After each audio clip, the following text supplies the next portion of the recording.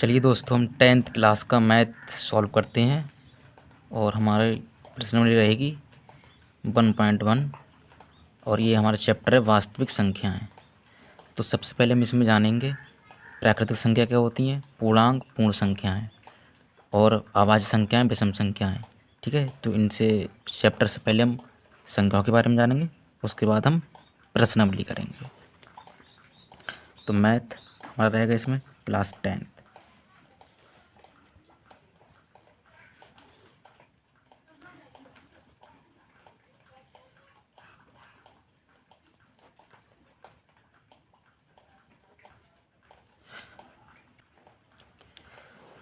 प्राकृतिक संख्याएं हमारी 1, 2, 3, 4, 5, 6 एक से शुरू होती हैं और ये अनंत तक जाती हैं और ये सभी संख्या हमारी प्लस की होती हैं। पूर्ण संख्याएं जो हमारी 0 से शुरू होती हैं और 1, 2, 3, 4, 5 ये भी अनंत तक जाती हैं। पूर्णांक संख्याओं में हमारा 0, 1, 2, 3, 4 इस तरीके से 0, 1, 2, 3 सीधे हाथ की तरफ प्लस की संख्याएं होती हैं और बाएं हाथ की तरफ माइनस की संख्याएं होती हैं। तो पूर्णांक संख्या में हमारी प्लस की संख्याएं होती हैं और माइनस की संख्याएं होती हैं। बाएं हाथ की तरफ माइनस की संख्याएं और सीधे हाथ की तरफ प्लस की संख्याएं होती हैं। अभाज्य संख्याएं में 2, 3, 5, 7, 11, 13, 17, 19, 23 ऐसी ये संख्या चलती हैं। इनके दो गुणनखंड होते हैं। अभाज्य संख्याओं के दो गुणनखंड होते हैं, या तो ये संख्या स्वयं से कटेगी या एक से डिवाइड हो जाएगी। तो जिन संख्याओं के दो गुणनखंड होते हैं वो संख्याएं हमारी अभाज्य संख्याएं कहलाती हैं। ठीक है, अब हम बढ़ते हैं प्रश्नावली की तरफ। तो जैसा कि हमारी प्रश्नावली 1.1 इसमें निम्नलिखित संख्याओं के को अभाज्य गुणनखंड के गुणनफल के रूप में व्यक्त कीजिए। ठीक है, तो इससे पहले हमने अभी आपके लिए अभाज्य संख्याएं बताई हैं। ठीक है, अभाज्य संख्या, तो इसीलिए हमने संख्याओं के बारे में आपके लिए पहले बताया ताकि दिक्कत ना हो समझने में। तो सबसे पहले हमारा इसमें है 140 के अभाज्य गुणनखंड के गुणनफल के रूप में हम व्यक्त करेंगे। ठीक है, तो हम 140 के अभाज्य गुणनखंड करेंगे इसमें। चलिए हम इसका करते हैं 140 का अभाज्य गुणनखंड। तो हमारा इसमें पहला सवाल रहेगा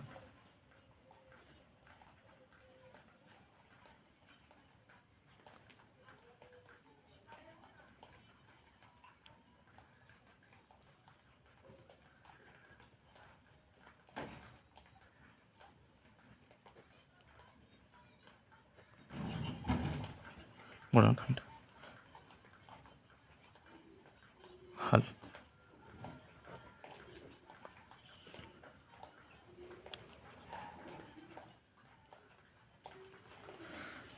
देखो, 140 के लास्ट में 0 है और 0 हमारा सम संख्याओं में काउंट होता है। ठीक है, 0 सभी विषम संख्या से भी भाग हो जाता है और सम संख्या से भी। तो हम सबसे पहले क्यों ना इसके लिए 2 से डिवाइड करें। ठीक है, 2 सत्ते 14। ठीक, बाद में लास्ट में बता हमारे पास में ये 0, तो हमने 0 लिख लिया ये। अब हम 2 का पहाड़ा ऐसा पढ़ेंगे कि 7 से कम हो, तो 2 तियाँ 6। ठीक है, एक बच्चे का ये हो जाएंगे 10 और 2 पंजे 10। अब देखो ये संख्या हमारी 2 के 3 से डिवाइड नहीं होगा, हम इसके लिए 5 से डिवाइड करते हैं अब। ठीक है, 5 सत्ते 35 और 7 एकन 7। ठीक है, तो ये हमारे अब तो हमारे इसमें अभाज्य गुणनखंड हो जाएंगे 140 के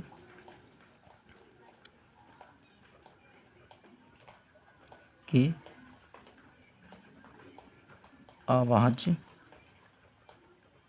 गुणनखंड क्या होंगे। 2 कितनी बार है, 2 बार। 5 एक बार है। 7 हमारे पास एक बार है। तो ये हमारे 140 के अभाज्य गुणनखंड, तो ये हो जाएगा हमारा आंसर। ठीक है, अब हम इसके 156, 3825, 5005, 74, 29 के अभाज्य गुणनखंड करेंगे।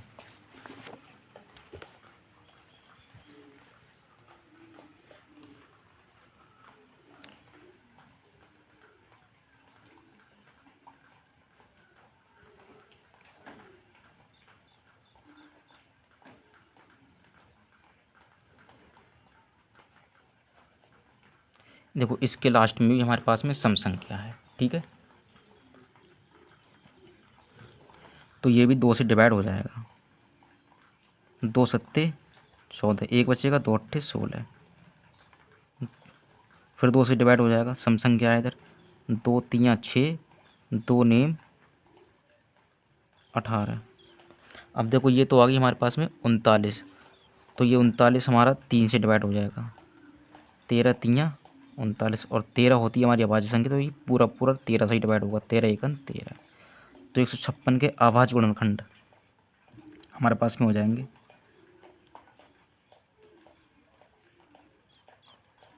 2 2 3 13, 2 गुणा 2 गुणा 3 गुणा 13, ये हमारा आंसर, ठीक है। अब इसका हम अगला सवाल करते हैं।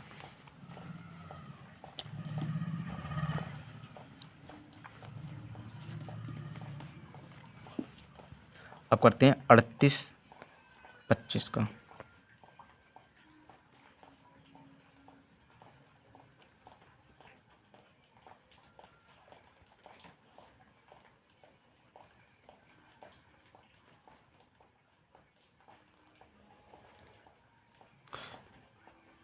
देखो अब इसके लास्ट में विषम संख्या है 5, तो ये 2 से डिवाइड कभी नहीं जाएगा, ठीक है। ये 2 से डिवाइड नहीं होगा, तो ये 3 से डिवाइड हो जाएगा,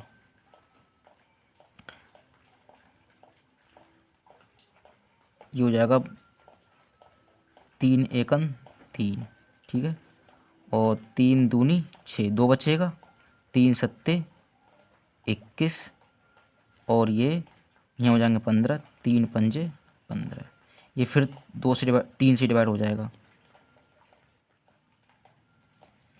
3 चौके 12, और ये 25 तियाँ 75, ये फिर 5 से डिवाइड कर दो इसके लिए, 5 अट्ठे 40 और 5 25, ये फिर 5 से डिवाइड हो जाएगा, 5 एकन 5, 3 हो जाएंगे, यहाँ 35 हो जाएंगे, 5 सत्ते 35। अब 17 अभाज्य संख्या होती है, ये 17 से डिवाइड हो जाएगा, और 17 एकम 17। तो ऐसे ही हमारे पास में 38 25 के अभाज्य गुणनखंड ये हो गए सभी। तो 38 25 बराबर 3 गुणा 3 गुणा 5 और गुणा में 5 गुणा 17, ये हो जाएगा हमारा आंसर, ठीक है। अब करते हैं हम इसका अगला सवाल।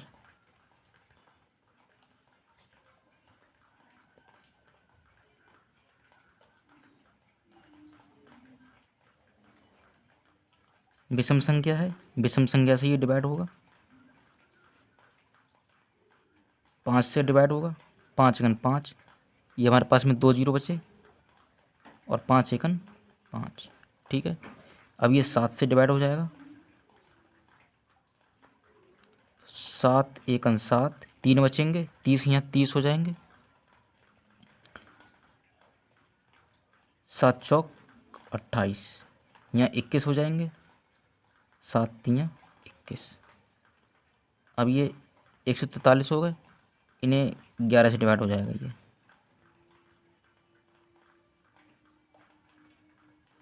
11 एकन 11,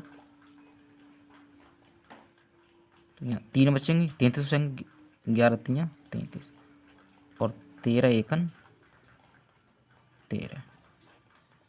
तो ऐसे ही 50 05 के अभाज्य गुणनखंड होंगे हमारे पास में, 5 7, 5 गुणा 7 गुणा में 11 गुणा 13,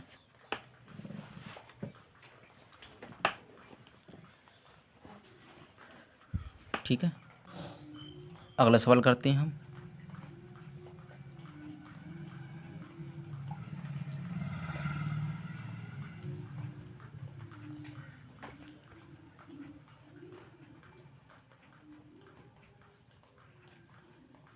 सेवन 4 2 9, लास्ट में विषम संख्या है तो विषम संख्या से ही डिवाइड होगा ये हमारा, ठीक है। ये पूरा पूरा 17 से डिवाइड होगा, 17 चौका 68, ठीक है। तो इसमें बचेंगे हमारे पास में 6, 17 तियाँ 51 और ये 49 हो जाएंगे, नहीं, और 17 सत्ते 91 और ये हमारा पूरा 19 से डिवाइड हो जाएगा।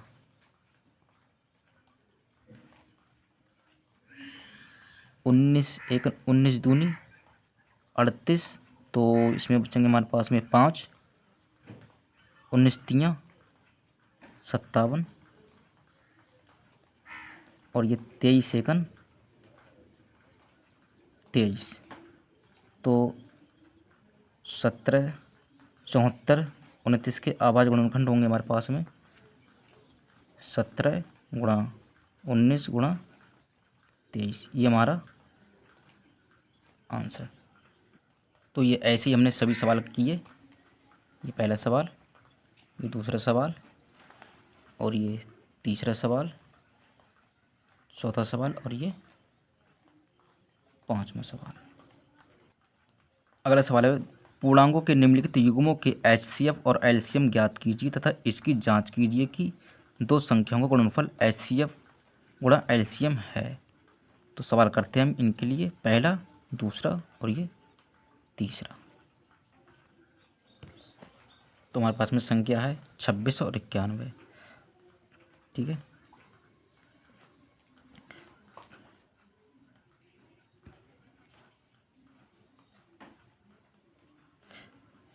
तो हम इसके आवाज गुणनखंड करेंगे दोनों के, पहले 26 के आवाज गुणनखंड, उसके बाद में 91 के।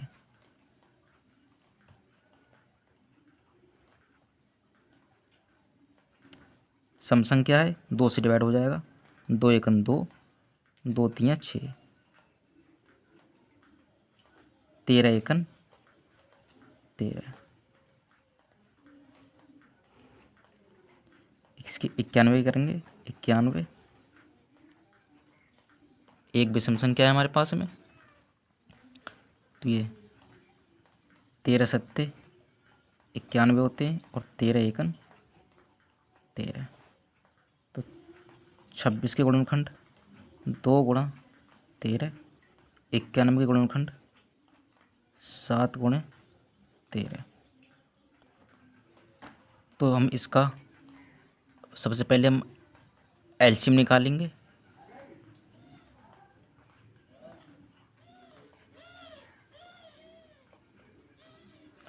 एलसीएम का मतलब है अधिकतम घात, 2 की अधिकतम घात कितनी है यहाँ पे 1, इसमें 2 की अधिकतम घात कितनी है ही नहीं, तो अधिकतम घात कितनी होगी 2, तो हम 2 लिख लेते हैं एलसीएम के लिए। इसमें 2 निकाला भी हमने, इसमें 13 है, इसमें भी कितनी है 13, ठीक। तो 13 की अधिकतम घात कितनी होगी, यहाँ पर भी 1 होगी और इसमें भी कितनी है 1, तो अधिकतम घात कितनी है दोनों में 1 1 है, तो एक ही बार 13 आएगा ये 7। अब देखो इसमें दोनों हो गई है, 7 की अधिकतम घात कितनी है 1, इसमें है नहीं, तो हम 7 ही लिखेंगे, ठीक। तो ये हमारा आ गया एलसीएम। अब निकालते हैं एचसीएफ।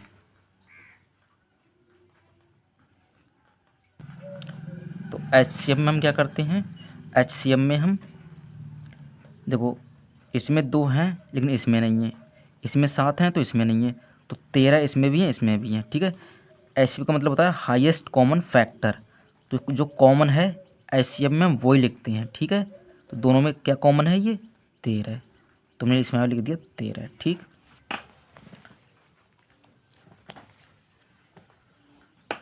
अब इसके लिए जांच करने के लिए हम क्या करेंगे, इसका सूत्र होता है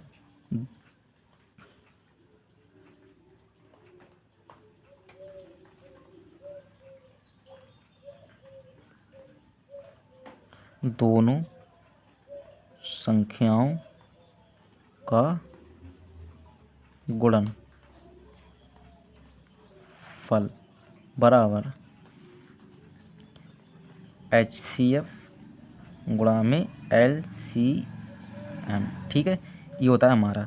तो दो संख्या हम मान लेते हैं इसमें, एक तो इसे या ऐसे बोल सकते हैं, या पहली संख्या हमारी A होगी गुणा B बराबर HCF गुणा LCM। ये हमारा सूत्र होता है जांच करने के लिए। ठीक है, तो हम पहली संख्या इन दोनों में से किसी को A मान लेते हैं, दूसरे के लिए B। तो इसमें हमारा ये 26 A मान लो जांच के लिए, हम तो जांच के लिए लिखते हैं इसमें।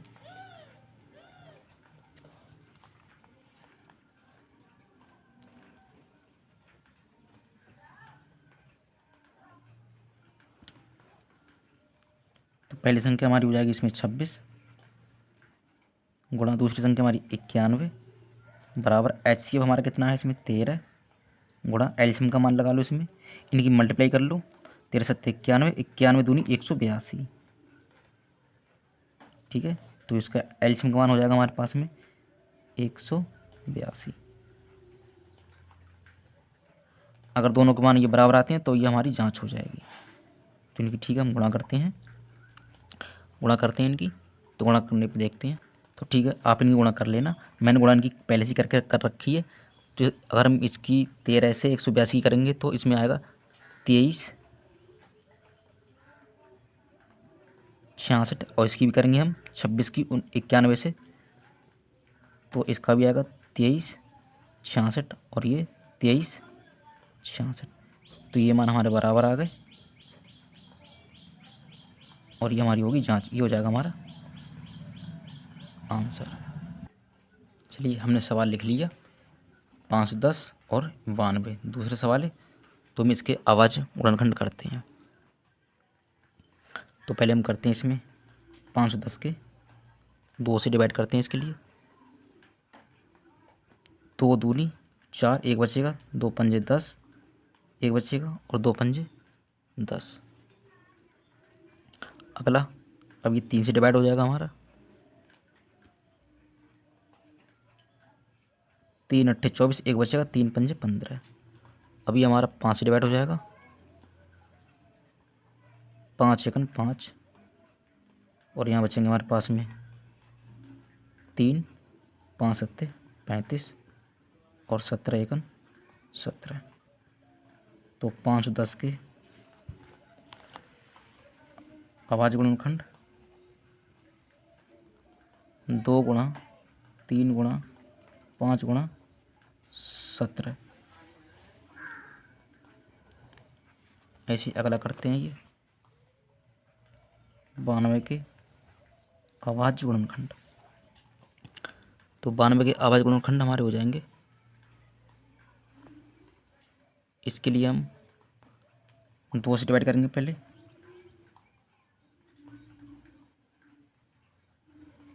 2 चौक 8, एक बचेगा, 2 छंग 12, फिर 2 से डिवाइड हो जाएगा, 2 दूनी 4, 2 तीन 6। अब इसमें हमारे पास में आ गया 23। तो 23 तो अभाज्य संख्या होती है और ये 23 से ही डिवाइड हो जाएगा। ठीक है,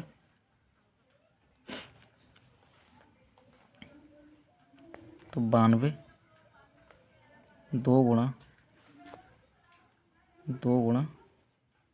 23।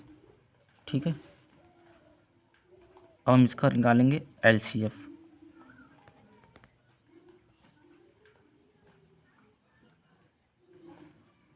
यहाँ 2 कितनी बार है, 2 बार, यानी कि 2 की अधिकतम घात कितनी हो जाएगी, 2 गुणा में घातें जुड़ जाती हैं। यहाँ 2 कितनी बार है, 1 बार, तो अधिकतम घात कितनी होगी 2 की 2, यानी कि 2 के लिए 2 बार, 2 बार है यहाँ पे 1 बार है, तो अधिकतम कितना होगा इसमें एलसीएम में 2। ठीक है, इसमें 3 अधिकतम कितना है 1 बार, 5 अधिकतम कितना है इसमें 1 ही बार है, 17 अधिकतम कितनी बार है 1 बार, और 23 अधिकतम 23। इनकी गुणा करते हैं हम, इनकी गुणा करेंगे तो टोटल इनका आएगा 23, 46, 0। मैंने इनकी गुणा करके रखी है पहले ही, ठीक है, तो आप गुणा करके देख लेना, इतना ही आएगा। अब निकालते हैं HCF।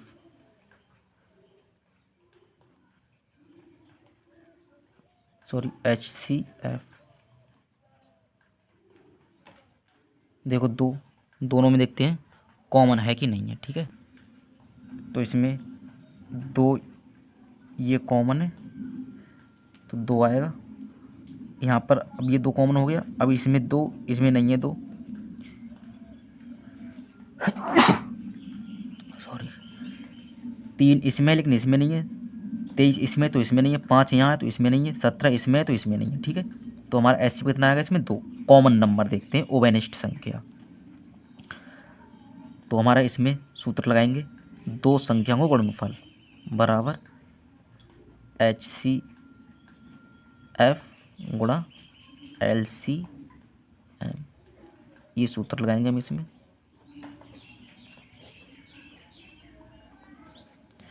तो पहली संख्या होगी हमारी इसमें 510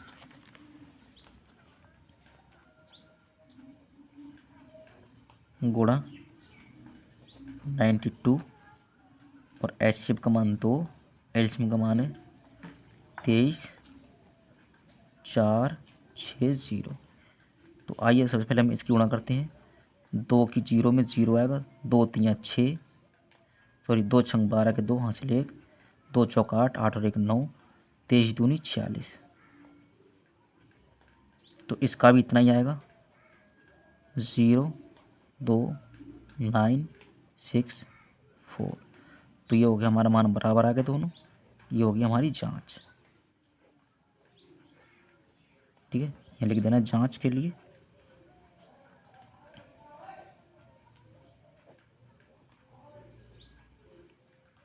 अब अगला सवाल करते हैं। हमने सवाल लिख लिया है, ये 2 से डिवाइड हो जाएगा, 2 एकन 2, 1 बचेगा, 2 छंग 12 और ये 2 अट्ठे 16। ये फिर 2 से डिवाइड हो जाएगा, 2 अट्ठे 16, 2 चौक 8, 2 से फिर डिवाइड होगा, 2 दूनी 4, 2 चौक 8 और 2 दूनी 4। ये फिर 2 से डिवाइड हो जाएगा, 2 दूनी 4, 2 एकन 2। ये 3 से डिवाइड हो जाएगा, 3 सत्ते 21 और ये फिर 7 एकन 7।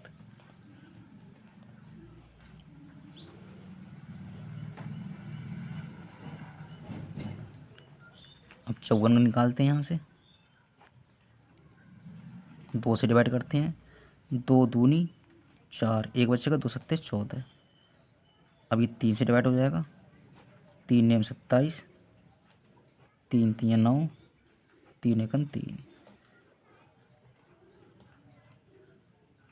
तो 336 के आवाज गुणनखंड हो जाएंगे हमारे पास में 1 2 3 4।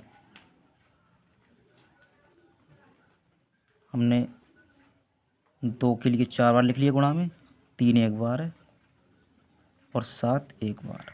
अगला 54 के आवाज गुणनखंड, 2 एक बार है, 3 3 बार है। चलिए इसका एलसीएम निकालते हैं। एलसीएम में देखते हैं हम अधिकतम घात, यहाँ 2 कितनी बार है, 4 बार। तो 2 की घात कितनी हो जाएगी यहाँ पे 4, यानी कि अधिकतम कितनी बार है 2, 4 बार। यहाँ कितनी बार है 1 बार। तो हम कम वाला नहीं लेते हैं, अधिक बार लेते हैं। जो अधिक बार है उसके लिए लिखेंगे एलसीएम में, ठीक है। अब देखो यहाँ पे 3 कितनी बार है, इसमें 1 बार है। यहाँ कितनी बार है 3 बार, 3 है तो 3 बार 3 लिखेंगे। ये हमने 2 की तुलना की इसमें, इसमें 3 की, इससे 3 से तुलना की। अब इसमें बचा केवल 7, तो 7 यहाँ पर 1 बार है तो 1 बार 7 आएगा ये, ठीक है। तो हम इनकी गुणा करके देख लेते हैं कितना आएगा इसमें, ठीक है। इसका आएगा 30 और 24। अब इसका निकालेंगे HCF,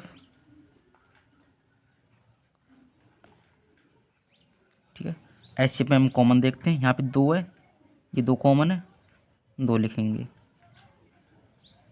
यहाँ पे ये 3 2 बच गए, इनको छोड़ देंगे। हमने इस 2 की तुलना कर ली, तो ये 3 बच गए, इन्हें छोड़ दो। अब इन तीनों में से किसी एक, इस 3 से तुलना कर लो, तो इस 3 की इससे तुलना कर लो, तो 3 आएगा। ठीक है, अब इसमें 7 लेकिन इसमें नहीं है, तो इसे छोड़ देंगे, और इन 2 3 बचे, इनके लिए भी छोड़ देंगे।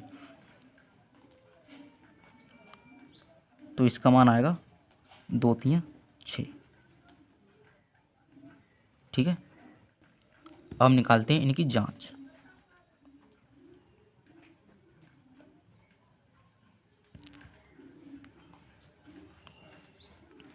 तो जांच के लिए हम क्या करेंगे, 2 संख्या को गुणनफल, जैसे अभी सूत्र किया था, तो a गुणा b बराबर HCF गुणा LCM, इस वाले सूत्र से।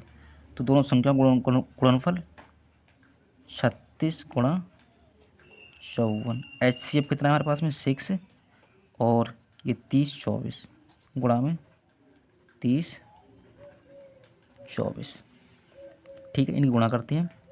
6 की गुणा 4 से करो, 6 चौक 24 के 4 हासिल 2, 6 दूनी 12, 12 और 2 14 हासिल 1। 6 की गुणा 0 में 0 हो जाएगा, और 1 जोड़ दो 0 में 1 हो जाएगा, 6 3 18। तो इसकी भी गुणा इतनी ही आएगी, आप करके देख लेना, इतना ही मान आएगा इसका भी। ये दोनों मान बराबर आ गए, ये हो गया हमारा आंसर। ठीक है,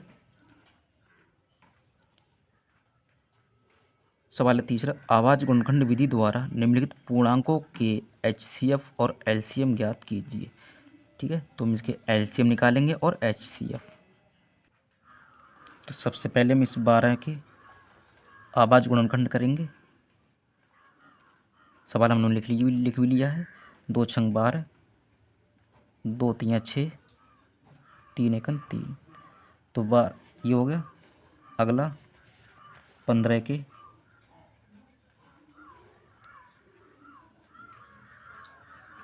3 पंजे 15, 5 एकन 5। अगला सवाल 21, 3 सत्ते 21, 7 एकन 7। तो 12 के आवाज गुणनखंड, 15 के आवाज गुणनखंड, 3 गुणा 5, और ये 21 के। ठीक है, तो इसका हम निकालेंगे पहले HCF। आप कुछ भी पहले निकाल सकते हो, HCF या LCM, हमें तो कोई बोले मान निकालना है इसमें। तो HCM में क्या होता है, हाईएस्ट कॉमन फैक्टर। हम कॉमन संख्या देखेंगे, देखो इसमें 2 है, इसमें है 2 नहीं है, इसमें 2 है नहीं है, तीनों में संख्या होनी चाहिए एक जैसी। तो 2 के लिए हम छोड़ देंगे। 3 इसमें है, 3 इसमें भी है, इसमें भी है, तो 3 ठीक है। तो 1 3 है, इसमें भी 1 3 है, इसमें भी 1, तो 3 आएगा 1। ठीक, अब देखो इसमें 5 है लेकिन इसमें नहीं है, इसमें भी 5 नहीं है, जो तीनों में कॉमन हो, एक जैसी संख्या हो, तो इसका HCF 3 आएगा। अब निकालते हैं इसका LCM। LCM में 2 कितनी बार है, अधिकतम घात देखते हैं इसमें, 2 2 बार आया है, तो हम इसके लिए 2 बार लिखेंगे। देखो इसमें 3 एक बार है, इसमें एक बार है, इसमें, यानी कि अधिकतम 3 कितनी बार है, तीनों में एक एक बार है। 5 अधिकतम कितना है इसमें, तीनों में एक ही बार है। 7 अधिकतम कितनी बार है, तीनों में एक ही बार है। ठीक है, तो इसका LCM 2 दूनी 4, 3 12, 12 पंजे 60, और 60 सत्ते 420। ये हो गया हमारा LCM। ठीक है, अगला सवाल करते हैं। 17 है हमारा, आवाज संख्या होती है 17 से ही कटेगा, 17 एकन 17। 23 है, 23 हमारी आवाज संख्या होती है, 23 से डिवाइड हो गई है, 23 एकन 23। 29 है, 29 आवाज संख्या है हमारी, ये भी 29 से ही डिवाइड होगी। ठीक है, तो 17 का गुणनखंड 1 है, इसमें 23 का भी एक गुणनखंड है और 29 का भी एक गुणनखंड है। ठीक है, तो हम सबसे पहले क्या करेंगे, इसका HCF निकालेंगे।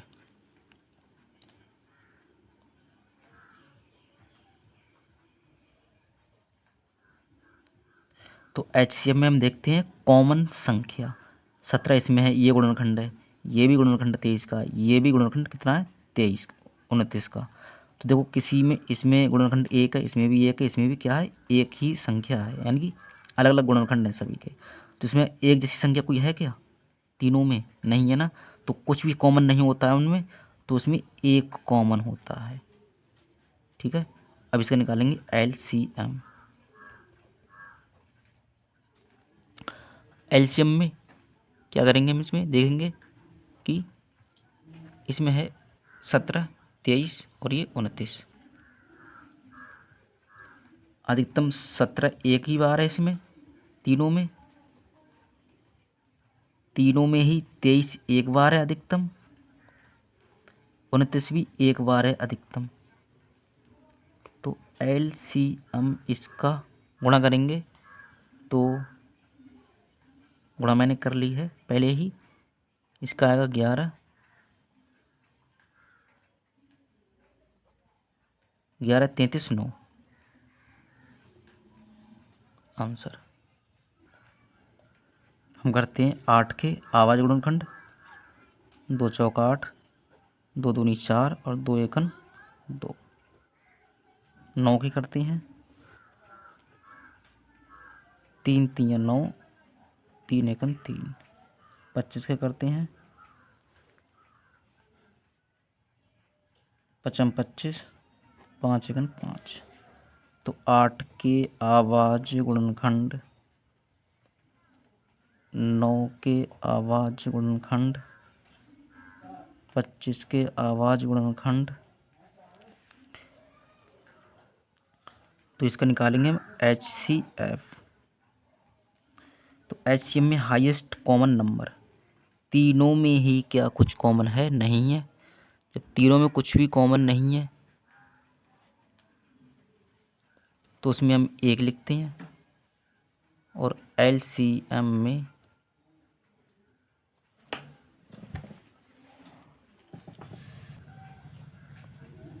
दो कितनी बार है, 3 बार।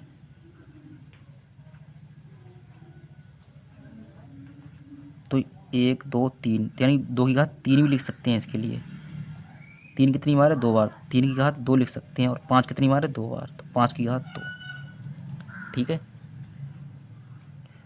3 की घात 2 की घात 3 का मान 8, 3 की घात 2 का मान 9, 5 की घात 2 का मान 25। गुणा करेंगे तो इसका मान आएगा 1800। ये हमारा आंसर।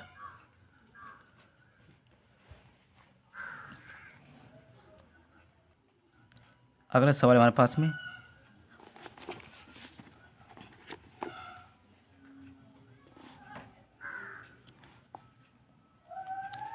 HCF 306,657 का कितना है, 9 दिया है। LCM 306,657 इसका, तो हमें LCM इसका ज्ञात कीजिए, LCM ज्ञात करना है। HCF दिया है दोनों संख्याओं का 9, LCM हमें ज्ञात करना है। ठीक है, तो करते हैं। हमारे पास में दिया है HCF,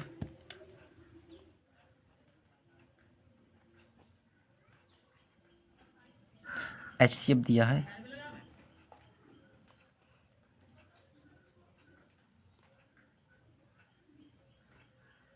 9 दिया है ये, और हमें LCM ज्ञात करना है। ठीक है, तो हम जानते हैं कि दो संख्याओं का गुणनफल, दो संख्या हमारी कौन सी है, 1 और 2, तो हम इसे A मान लेते हैं, इसे B।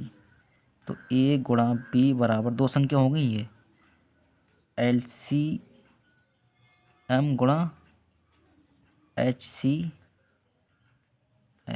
ठीक है, तो हमें मान किसका चाहिए इसमें, LCM का।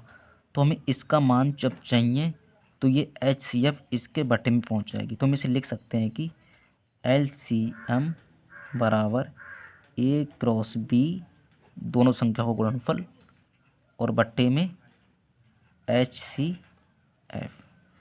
तो हम समीकरण से एक मान लेते हैं और इस समीकरण में हम ये मान लगाएंगे। तो LCM, तो पहली संख्या हमारी 306, गुणांक चिन्ह है, गुणांक चिन्ह आएगा, B का मान है 657 बटे में HCF का मान हमें दिया है इसमें ये 9।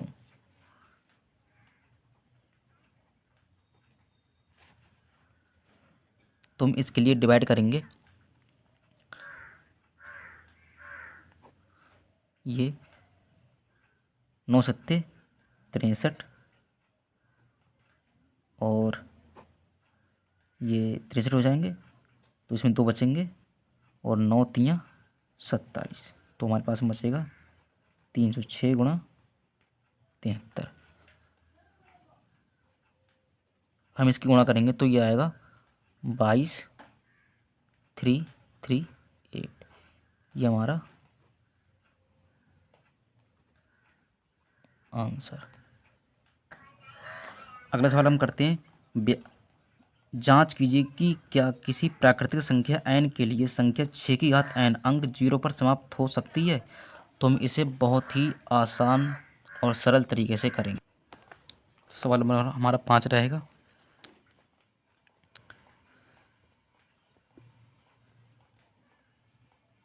छः की घात n कि जब हम अभाज्य गुणनखंड करेंगे तो इसके संख्या के लास्ट में क्या 0 आएगा, यानी कि कहने का मतलब इसके अगर हमने गुणनखंड किए, कोई भी संख्या हो सकती है, तो लास्ट में क्या यहाँ पर 0 आएगा इसके लास्ट में, ये कह रहा है सवाल में।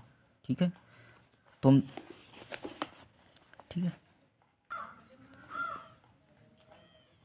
यदि संख्या का गुणनखंड 2 की घात n 5 की घात m के रूप का होता है तो संख्या 0 पर समाप्त होती है। ठीक है, 2 की घात n का मतलब है यहाँ पे 2 की घात 1 हो सकता है, 2 4 6 इस तरीके से। यहाँ पे m का मतलब है 5 की घात 2, 5 की घात 1 2 3 4, यानी 5 1 या 1 से अधिक बार आ सकता है, 2 2 या 2 से अधिक बार हो सकता है। ठीक है, अगर ये गुणनखंड में 2 और 5 कम से कम एक एक बार तो आना चाहिए, तब संख्या 0 पर समाप्त होती है। ठीक है, तो हम इसके 6 के अभाज्य गुणनखंड करते हैं, 2 से डिवाइड हो जाएगा, 2 3 6 और 3 1 3, तो 6 के हमने देखे अभाज्य गुणनखंड क्या आएंगे, 2 3। अब देखो इसमें कम से कम 2 तो एक बार आया है, लेकिन क्या इसमें 5 आया है, ये 5 नहीं है ना। अगर इसमें 5 आता तो संख्या 0 पर समाप्त हो जाती। ठीक है, तो लिखेंगे हम संख्या 6 की घात n का 2 की घात n 5 की घात m का रूप नहीं है, अतः संख्या 0 पर या 0 पर समाप्त नहीं होगी। ये हमारा आंसर बन जाएगा। कम से कम एक बार तो 5 होना चाहिए, लेकिन इसमें 5 नहीं है। चलो एक बार तो 2 है, लेकिन 5 एक भी बार नहीं है। सवाल है हमारा अगला, व्याख्या कीजिए कि इतना और इतना भाज्य संख्याएं क्यों हैं। ठीक है, तो हम करते हैं सवाल ये।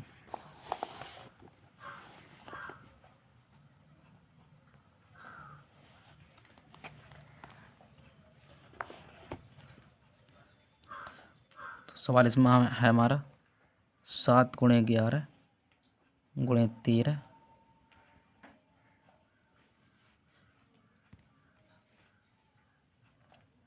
तो देखो इसमें एक ये और एक ये कॉमन है। ठीक है, जो 2 बार है तो उसे हम एक बार लिखते हैं ब्रैकेट के बाहर गुणा में। तो हमारे पास में क्या बचेगा, 7 रह जाएगा गुणा में 11।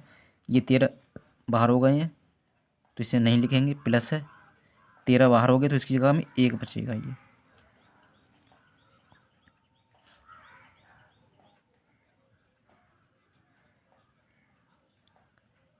11 × 7 = 77 प्लस का 1, 77 और 1 78। क्या हम इस गुणा में 1 लिख सकते हैं? बिल्कुल लिख सकते हैं। ठीक है, ऐसे ही अगला तुम इसे बताएंगे कि ये भाज्य क्यों है। तो देखो जिस संख्या के 2 से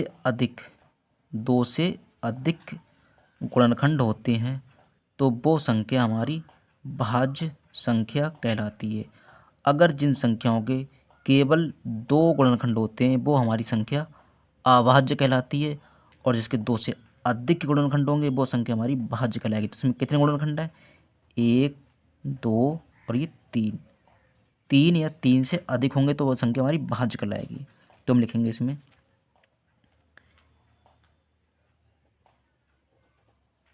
संख्या में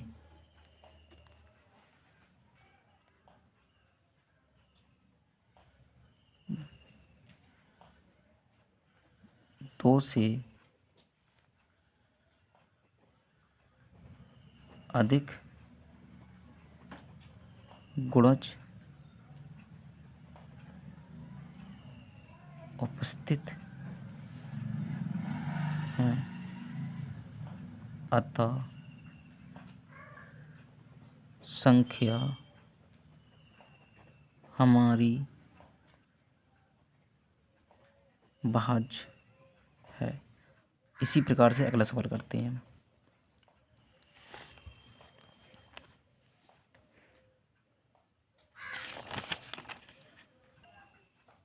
तो करते हैं हम इसके लिए हल। देखो 5 यहाँ से यहाँ तक एक बार है और प्लस का ये अलग 5 है, तो 5 यहाँ से 2 बार है, ये बाहर लिखेंगे जैसे अभी इससे पहले सवाल किया था। तो 5 एक बार लिखेंगे, 7 आएगा, 6 आएगा, ये 5 बाहर हो गया तो इसे हटा देंगे, गुणा में ये 4, 3 गुणा में ये 1, और 5 जब हट जाएगा वहाँ से नहीं होता है कोई भी संख्या तो वहाँ पे 1 रह जाता है ये अकेला।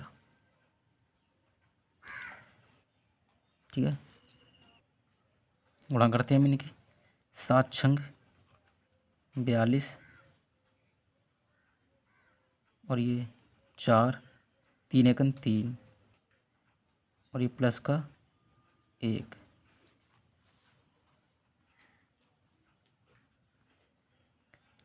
4×2 = 8, 4×4 = 16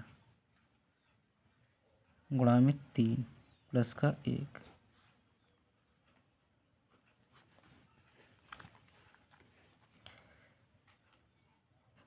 3×8 = 24, 3×8 = 24 के 4 हासिल 2, 16×3 = 48, 48 और 2 = 50 प्लस का 1,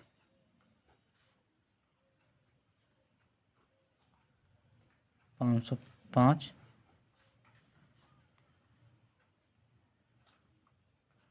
इस गुणा में हम 1 लिख सकते हैं। ये संख्या 5×5 में 2 से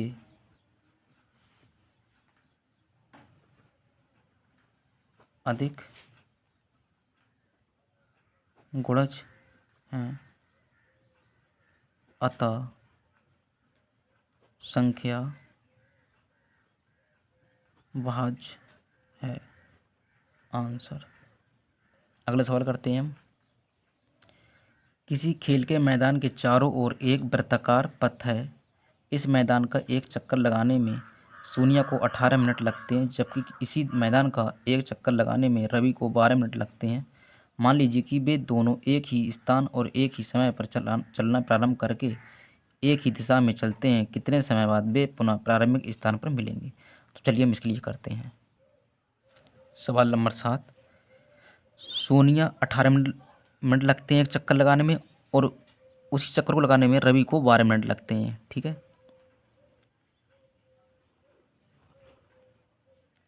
ये वृत्ताकार पथ है, एक रास्ता है जहाँ पर वे दौड़ते हैं। मान लो यहाँ से चलना प्रारंभ किया, ठीक है। सोनिया जब यहाँ से चलती है तो इस चक्कर को उसके लिए 18 मिनट में यहाँ पहुँचती है, और रवि भी यहीं से जब चलता है तो वो 12 मिनट में पहुँच जाता है इसमें, यहाँ पर दोबारा से।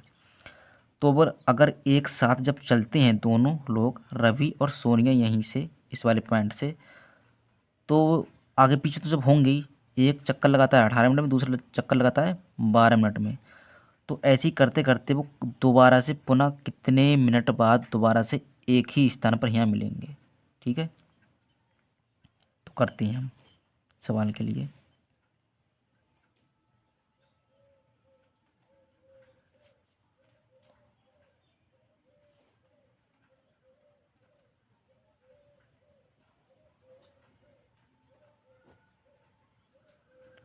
सोनिया 18 मिनट में चक्कर लगाती है,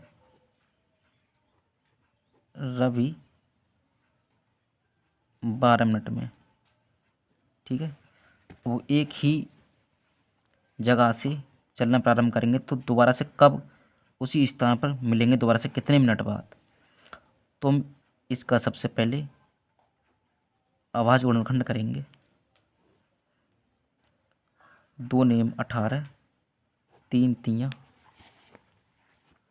2 नेम 18, 3 तियाँ 9 और 3 एकम 3।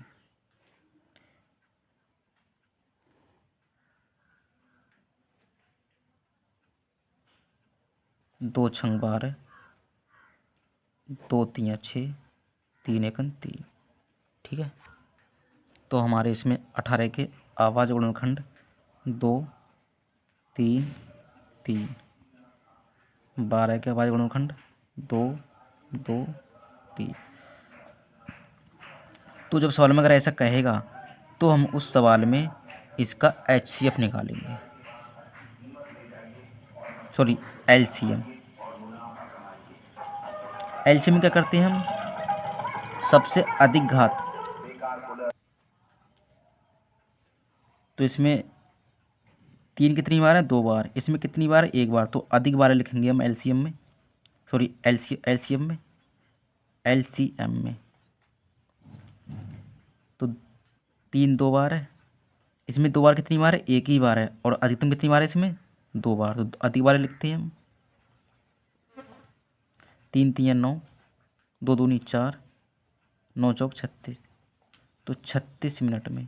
तो दोबारा से वो जब यहाँ से चलना प्रारंभ करेंगे दोनों, तो एक साथ आगे पीछे तो हो ही जाएंगे। एक चक्कर लगाता है 18 मिनट में, दूसरा चक्कर लगाता है 12 मिनट में। तो वो चलने के बाद दोबारा से 36 मिनट के बाद इसी स्थान पे दोबारा मिलेंगे। तो ठीक है, इसी के साथ हमारी प्रश्नावली ये समाप्त होती है। अगली हम नेक्स्ट वीडियो बनाएंगे प्रश्नावली 1.2। तो चैनल के लिए सब्सक्राइब कर देना और लाइक शेयर ज़रूर करना। ठीक है।